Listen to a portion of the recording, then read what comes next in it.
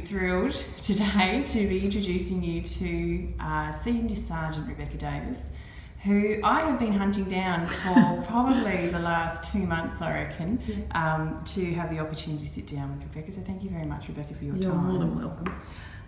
Rebecca has been in the police force for about 20 years. Yeah, 20 years.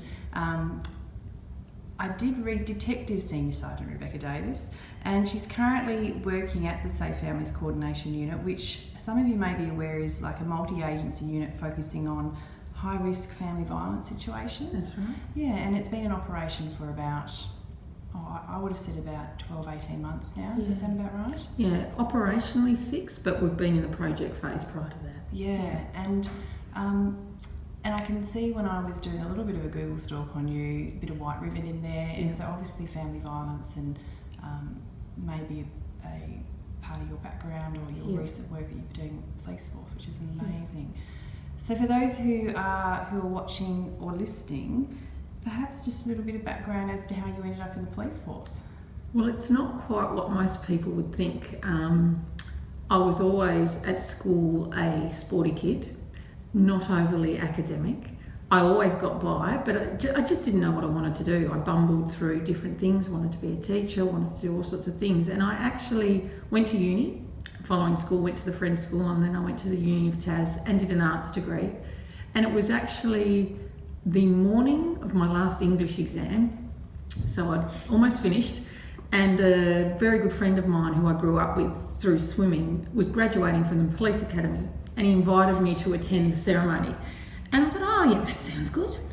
And I just went down, and as soon as I heard the bagpipes and saw the group of people marching out, I thought, this is me. I don't know what it was. I got goosebumps, the environment, the team environment, the collegiality that was obvious. I just thought, wow, looks good. So the next day I put an application in. So that would have been about November 1995, and then sat the process, and I was on the first course of 1996. So I fell into it really, but I was a bit lost and didn't really know where I'd fit. And 20 years later, I'm still there. Wow.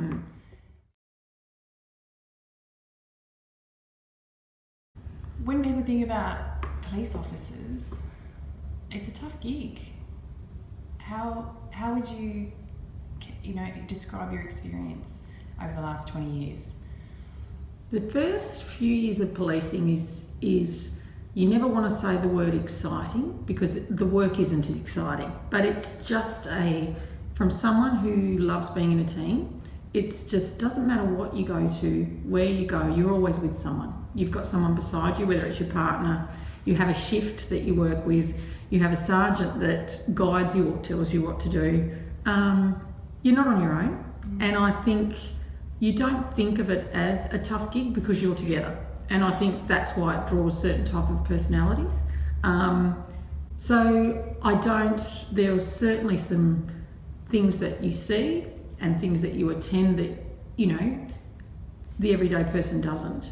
But I remember very early, I spoke to a psychologist that worked within policing, because we do get, obviously we get to see psychologists through certain events that you attend. And he said to me, you're just a normal person doing an abnormal job. So the reactions that you have are normal. Any reaction you have to an abnormal activity or whatever is normal. And I've always just kept that in the back of my mind, because if I'm upset, some days you go home and cry, or you're frustrated, it's like, well, that's just normal. What I'm seeing isn't the everyday. So I've just always tried to keep that. But I've had to bring myself back to that number of times, because as my career progressed, I moved into becoming a detective and working in the area of child abuse and victim crime. So obviously that is something that you don't want to see every day, but I had to turn that around mentally because of what I was doing, the good work I was doing, but I needed to cope. So if I was upset, it was okay to be upset. If I was angry, it's okay to be angry and go for a run or go for a swim or do whatever. But yeah, that's how I've always approached policing. So yeah, it's a tough gig, but there's some great people that help you through it. Yeah.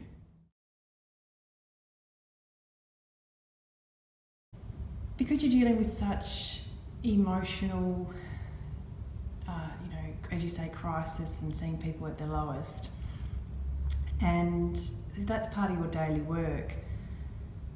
How do you then work out within yourself whether you're being successful at what you're doing? And what I mean by that is that some people would think, well, I'll be successful when I complete something, but the work you're working on is arguably never ending. Yeah, and some of it doesn't ever get completed. Yeah, exactly. So how do you get a sense of satisfaction from the work that you do? I guess, again, different police officers handle this differently. Some people look at policing as like just a job. They get paid every fortnight. Whereas I've always been the sort of person that the roles that I've chosen or the roles I've been selected in, there's been a purpose to it, whether it be crime, family violence is something that I fell into through my skill sets, but now I'm really passionate about. And I think what I look at is the job, historically the job of police is to control what happened, find who did it, and lock them up. Whereas I don't look, and I never have looked at policing like that. I think, okay, what we can do is we can come and take away the person that's caused the problem, but why did the problem happen? What's led to that? And even when we're dealing, or if I've been interviewing, I've interviewed rapists, murderers, child molesters, but they don't. I guess how I've always thought about them was, well, they're not here because they intrinsically wanted to be here. There's always probably something that's caused them, whether there's been mental illness, whether they've had a horrible upbringing. So that's where I focus my thoughts, and I feel, okay, I may not necessarily be able to charge somebody with assaulting a victim of family violence because of evidence. But what I can do is make sure that she's got supports, whether it be through our health system, whether it's through, make sure that she knows how to keep herself safe, and make sure that our police can do that for her if she calls. So I guess you sort of shift. It's not always about locking up the crook and getting someone to jail or court or whatever. It's about trying to stop it and trying to give other people tools to help themselves, because otherwise we're not going to, nothing, it's all just going to keep going around. When I first joined, you sort of slip in the mould of you want to fit in. And fitting in is getting along with the boys and laughing at jokes you probably wouldn't normally laugh at. And, you probably don't even identify that something could offend you back then. But as I've grown up through the organisation and changes of leadership and stuff, I couldn't be more supported, and women couldn't be more supported. And I guess to highlight that, in 20 years I've had 2 children. They're Anna and Olivia, and they're 10 and 12. And at the time I fell pregnant, I was working as a detective. Now, I had 9 months off, paid leave, and then I had 5 months off with my second child. They're only 18 months apart. But in that time, I was able to retain that job as a detective.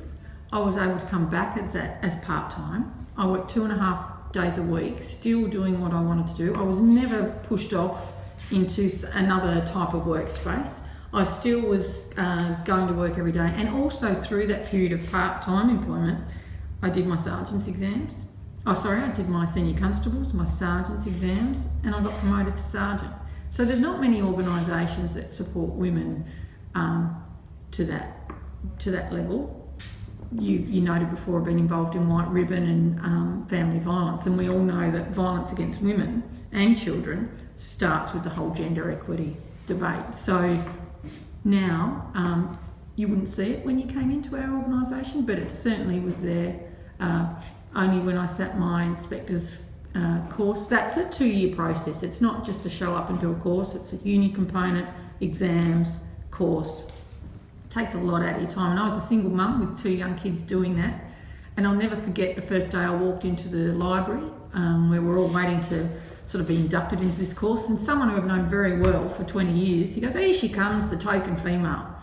And I just went, "Oh, mate, really?" Like in front of the whole group. They all know me well. And I just went, "Did you sit your exams?" He goes, "Yeah." I said, "So did I." And he goes, I said, "Did you do the uni course?" He goes, "Yeah." I said, "So do I."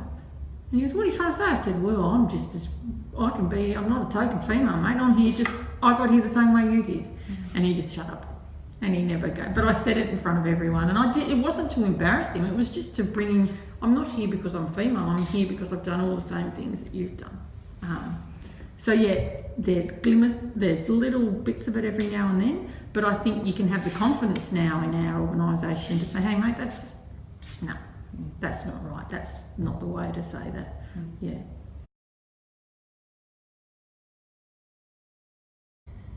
Leadership. Yeah. People would, including me, see you as a leader, Yeah. whether or not you agree or not. Sometimes we don't have control over that. What do you think are the important aspects in a good leader? The good aspects. I've seen many leaders, like I said to you before, whether it be through virtue of their rank or someone that I've just thought, God, I want to work with you, or I want to do what you're doing, and or learn from you. And I think what I've been able to take away from that is that I see leadership is about relationships, not just being that person out the front saying, come on, come with me sort of thing. So I find that the relationships I've built have not only given me advice or given me support to become a leader in what I do, but it just brings me back to what's really happening. And in the relationships, I mean, whoever I'm working with, I'm going to use strong words here, Ali. I can't stand when you hear a leader going, they talk in the first person, and they're always like, I have this, or my team, or blah, blah, blah. And if I ever talk about the work that we do, it's about our team. And it's about particularly the work that I'm doing at the moment. Not one of us is more important than the other, even though there's 2 senior sergeants in our unit and we have an inspector in charge of us. But myself and Michelle, we're both senior sergeants, but we're both as equally as important, and we have leadership qualities in different ways. And mine in that is to make sure the relationships, I think, work. So one thing I find with relationships in leadership is it's almost smoke and mirrors. They can almost fake leadership, if you know what I mean. It's like they can say all the right things, and to people that don't spend a lot of time with them, they sound good. But on the everyday, saying all the right things is not what's going to get people to work with you or want to be with you. So I find that there's a big difference between listening and hearing the people that we work with, and through policing as well. If you can listen, but hearing's the big thing. And that's when you turn it into leadership, I think, because you hear what they say. You might not always agree with it, and it might not always be something that you can do for the people. But in hearing it, you can explain to them, yep, we can do that, but here's the best way we do it. Or we can't do that, but I totally understand how you're feeling. Let's think about how we can get you there, but we'll take some other steps, if you know what I mean. So if you don't hear what they're saying, or hear what the problems are, or what people's goals are, or what the job is that needs to be done, you're never going to get anywhere. Police officers have a important role in the community around, as you say, control and enforcement. Yeah. But they also have such an important role as role models. Yeah. And having small children myself, Yeah. and talking to them and getting them to understand safety as they grow up. Yeah. The one thing you always say is, if you see a police officer, go to a police officer. Yeah. So that must be we talked about satisfaction in your role. Yeah. Do you get that sense of satisfaction because of being that role model and having that, because it's kind of easy a little bit of influence on instilling good behaviours upon people. It's not a power thing. It's a role model aspect. And I think actually you've hit on a really good point there. It's not a power thing, and I think that's a perception the public have at times, that it's a power thing, and I think that's what we need to work better on, because it's not a power thing. One of the very first domestic violence matters, when I was a new graduate in Launceston, I was 21 years old. The guy I was working with was just 18, and he was a bit of a great guy now. He's brilliant, he's really developed, but as an 18 young strapping lad, he thought he was going to save the world and whatever. We went into this domestic, and there was a woman that reminded me of my mother. She was my mother's age. She was broken, she was hurt. My mum's not broken and hurt, but this woman was my mum's age, and so 20 odd years younger than me. And this bloke was carrying on and doing whatever. And the young guy that I was working in with, he just walked straight in and started taking control and started, right, you're coming with us and we're doing this and blah, blah, blah. And I just saw this woman, she was just crying and crying. And I just thought, hang on a minute, we're not just here to tell them what we can do. I said, we can tell them. And I just went over to her, and it was about having empathy, because I've got no idea what she's going through. Absolutely none. One, I haven't been in a family violence relationship. But two, I haven't had the police in my house trying to separate me from my husband. I've never had kids. She was affected by alcohol. She had hardly any clothes on. I mean, how humiliating, And I just thought, shit, I've got no idea what she's going through. So that's what I said to her. I just said, I can't remember her name now, but I just said, look, I've got no effing idea. I used the words. I said, I've got no effing idea what you're going through, but this is what I can do for you, But it was at that point that we actually got somewhere, because it was like, this power thing, you can't walk into any community and just take over. That's not what it's about. It's about what? We've got these powers. This is what we can do for you with them, rather than just go in and say, bang, bang, bang. I'll never forget it. And I think that's another moment in my career that changed the way I think about what our role is. It was not changed, it was probably always in me, but influenced me to keep going down that way. Yeah. You see certain pockets of our communities here in Hobart who, there are, high crime rates and there's things going on. Yeah. And for people like myself, it just seems sometimes we're so far removed from it. But it's going on, but you don't necessarily feel it or see it. Or exposed to it. And I'm just interested with you whether there's any thoughts around how people, general communities can help, or even if there is an expectation that it's being handled by. Yeah. And I don't mean it to sound like it's being handled, because it makes it sound like they need to be handled. But no, I totally get what you're saying, and I've thought about this for a long time, because again, like what we were saying before, it's just you can't just stop something and fix the problem. There's a lot of brilliant people that live in these communities, and a lot of people are not there by choice. Financial means, upbringing, all of those things. But I think what I've found is a lot of these people don't have a positive mentor or a positive, some of them don't have fathers, some of them don't have mothers. And as you know, I bang on about relationships, but that, you go back to, take it right back to Maslow's hierarchy of needs. What do people need? People need food, they need water, they need love, they need all of these things. Some of these people have never had, they get food and water, but they've never had a relationship that's healthy. So I think if it's safe to do, these programs around mentoring young men or mentoring young women, and we talked briefly about the young woman, with the teenage pregnancy, what a brilliant role model to go back to her school and show. And, I was talking about programs in New Zealand. They're really bringing mentoring into the communities, whether it's a police officer that mentors a prisoner on remand, or whether it's taking it out into community. Somebody's now out of jail, for instance, and they're running this program, and it's based on the Maori culture, which I find fascinating, because they ask the prisoners to write, so this could be anyone in our community that's struggling, what they want out of life, and all they want is a job. You see it in the prisoner's handwriting, I want a job. Now the poor bugger probably has never had a job, because he never got through school because he couldn't get to school, or school wasn't a priority for his family, or there were other children with high needs in his family. You just wouldn't know the circumstances. All he wanted for a job. So if you pair that person up with a mentor that can say, and in his own words, he said, yeah, I can say I want a job, but he said, I don't know how to get it. Where do I go? Well, who do I ring to get that training? Where do I go to get the driver's license to drive a bus so I can do that? Basic everyday things that we know. You Google it, you look in the phone book. You and I could just pick up, I've got a friend that works blah, blah, blah. These people don't have those relationships. So I think that if we could, in any community, whether it's our work or whether it's sporting or whether it's just something in the community, I think it's that.